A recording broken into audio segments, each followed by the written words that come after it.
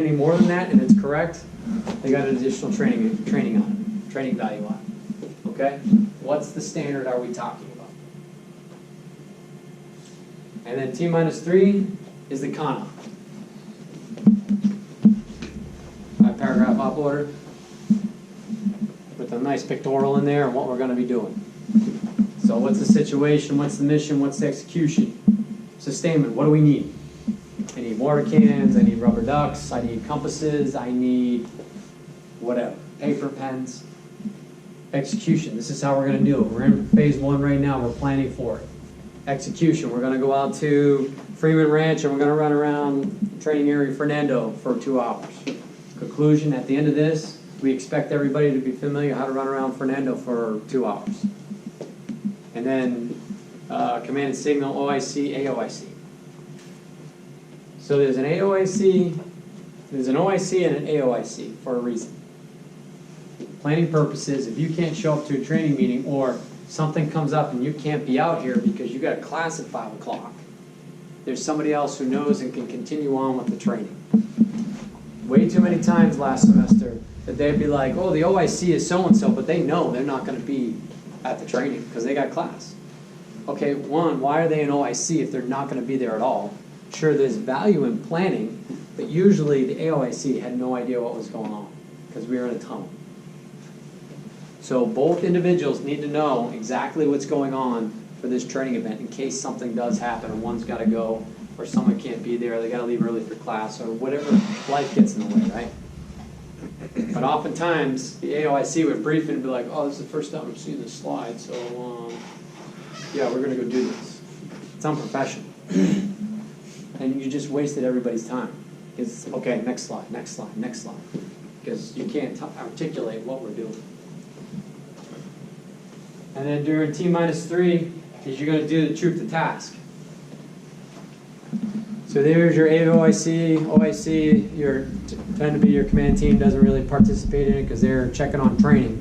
But here, what should be here is who you have tasked doing what during this lab. Cadet Murphy is going to be the lead trainer for 1st Platoon. Cadet Romano will be the lead trainer for the MS-1 platoon. Okay, so they're the lead trainer. They're responsible for that. Oh, and because we're doing squad tactics, these 3 MS4s will take each of these squads, 1st, 2nd, 3rd squad. They're the lead trainer for that. So if we do kind of like MS4 led, iteration 1, kind of work them through it, and iteration 2 is they're on their own and we're kind of taking some notes. Hey, you know, Cadet Shannon, you know, you did a really good job on that squad attack, but here's some areas where you need to work based off the attributes, leadership, and competencies. Okay? So it's who's doing what. Because way too many times last year, we would walk out there and I would hear this. Hey, so-and-so, can you go over there with 1st Platoon by the learning tree and teach them how to do this? What? Oh, okay. And they go running off over there. It was way too many hey yous, the lab of or that morning of. So we need to get better at that because not only do we want 3s, 2s, and 1s to be able to prepare, you need to certify leaders and make sure you're prepared to give that training. Because how many times last year were you standing there watching the MS4s fumble through the lab? Anybody? Because they waited until the last minute. Don't wait until the last minute. If you're having struggling, you got some stuff come up, you need to communicate amongst that. Again, there's 28 of you. Someone else can backfill. I'm okay if you say, hey, we originally had, you know, Romano scheduled to do this. Something came up, so we're throwing Chavaria in there to backfill him. And she found out yesterday, and it's a week out. Okay, good. Great. You know, you communicated amongst each other. The information was passed. Now I expect Chavaria to come up and be ready to go. So, communication. And this also comes down to this week. As you take a look at the training schedule and what labs, you as a group should figure out here are the best individuals to take the lead, AOIC and OIC, for each of these labs. After that, let the AOIC and OIC figure out who they want as their trainers underneath, if you want to. But at very least, you should be assigning an MS4 as an OIC as an AOIC for the whole semester. So since we have the OIC and AOIC, will one of them be like, will one OIC be with like for instance, the 3rd platoon or the MS1s, where the AOIC is with the MS3s and 2s? You could. Or is it just... Or what you can do is they're overseeing all the training. Okay. So maybe they're bouncing back and forth, but they're not primary trainers. Okay. But you have all of these other MS4s, right? Out of these 5 people, we have 22 other MS4s They can teach. that could be the lead trainer. So the AOIC or OIC comes over to the lead trainer for your 1st platoon. Hey, how's it going? Is it going okay? What part of the iteration you going through? What's going on? Potentially. So these necessarily don't have to be the primary trainers, but they better know what's going on. So that if the battalion commander says, hey, OIC, what's going on? I see that they're just standing over there. What's going on with them, right? Or cadre. Why is everybody still standing over the formation spot? And it's 20 minutes after, we started the lap. So we just be able to articulate. But however you want to do that, that's up to you. At the very least, the AOIC and OIC should be dictated this week in the op order. These people are responsible for these laps. Because now you're notifying those other MS4s, so they can potentially start planning for that lab now. And then T-3. So ideally, T-5, you receive the mission. But if you're doing your work this week, you already know who's doing what lab. So check, done. T-4, issue the warning, right? Hey, on this date, this time, who, what, where, why, when, we're doing this training. Here's people that are going to be responsible. Making your tentative plan, right? So that's the CONOP, troop to task, start necessary movement, right? You're going to start coordinating that information, preparing to certify leaders. Conduct the recon. I mean, if you want to come out, we kind of go to the same spot, so you may not necessarily have to come back out of here. But if you wanted to change the training area for some reason, because, hey, we're scheduled to come out for Fernando, hey, this lab is better done here in the Adams. Okay. Complete the plan, right? So by T-2, you're issuing out that CONOPS to the MS3s. Here's what's coming up. Here's what's going on. Here's the leadership rotation, which you'll get that from Mr. Chevalier. Here's a leadership rotation for this lab. Issue the order, and then supervisory fine. So T-1, we're just going to sit here. Everything's locked in. Everything's good to go. We're just waiting to execute. One thing, T-3, I want the draw. I want the draw. Because we will go back and forth a couple times on that.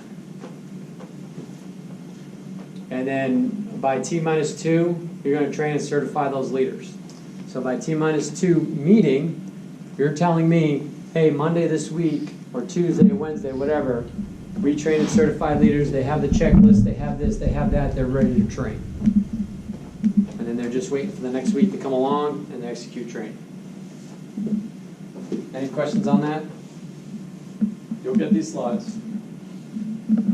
T-2, reviewing all the same information, and then checking the tasker. Hey, we caught up, we're good, everything's green, we're ready to execute.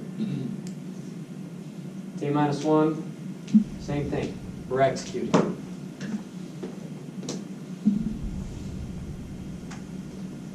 And then additional training events. So what this is used for, so one problem we did have last year is we lost sight of some long-term training. At the last minute, cadre had to get a little bit more involved than what we needed to be. So, dining out.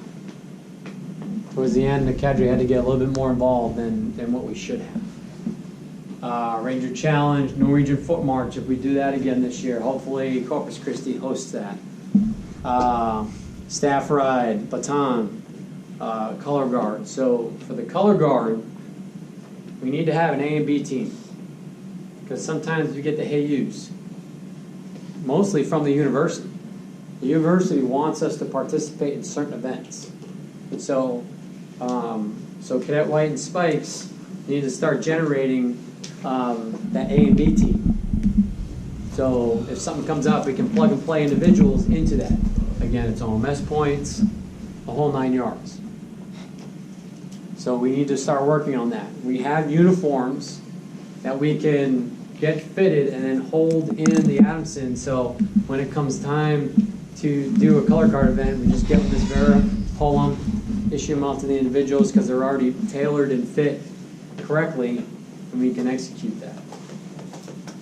But we do get those hey yous. Maggie, I know you did some, Kurtz, you did some, Sina, you did a lot of them. Who else? So we got to get more people. So let's get the A and B team working for that. So this slide can do anything else. So if you guys decide we really want to do this training or whatever the case may be, we can do that. And then we just run through the command team, right? Sergeant Major, you say your piece, hey, we really need to focus on this. XO says, hey, I want to talk to all the staff after this for whatever reason. Battalion commander gives some guidance, goes through the cadre, and then I'll have the final word. So, again, those 4 we talked about earlier, you saw last year kind of the struggles that we were kind of going through. I'm going to tell you what happened a lot, is we would wait until Friday morning to populate the data on these slides, or change nothing on these slides and then repeat the information. I challenge you to get into a battle rhythm to where the information is pushed and updated and corrected. Because a lot of times, like I said, we'd show up Friday morning and be like, hey, didn't we change that last Friday at the meeting? And I get the nod yes, and then it's like, well, why didn't it get changed? And I know why, because you just didn't do it.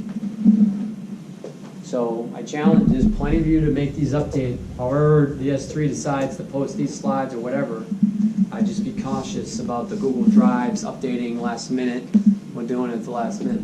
I'm okay with briefing by exception, but you can't brief the entire slide deck by briefing by exception.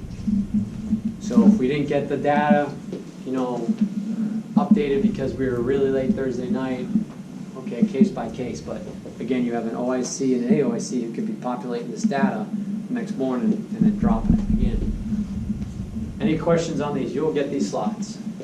And if you guys want to change them, adjust them, we can have a quick conversation about it and go from there. What do you got? Does everybody know their role, like what you're assigned? Yes? Yes. We all know that like S1 does like accountability, S2 is like the weather, but S2 and S3 go together. S3 is like the planning, S4 your supply, S5 is fundraising. Everybody kind of understands like the easy roles. And if you don't, you send that email. Like, Okay, yeah. It just, I'd rather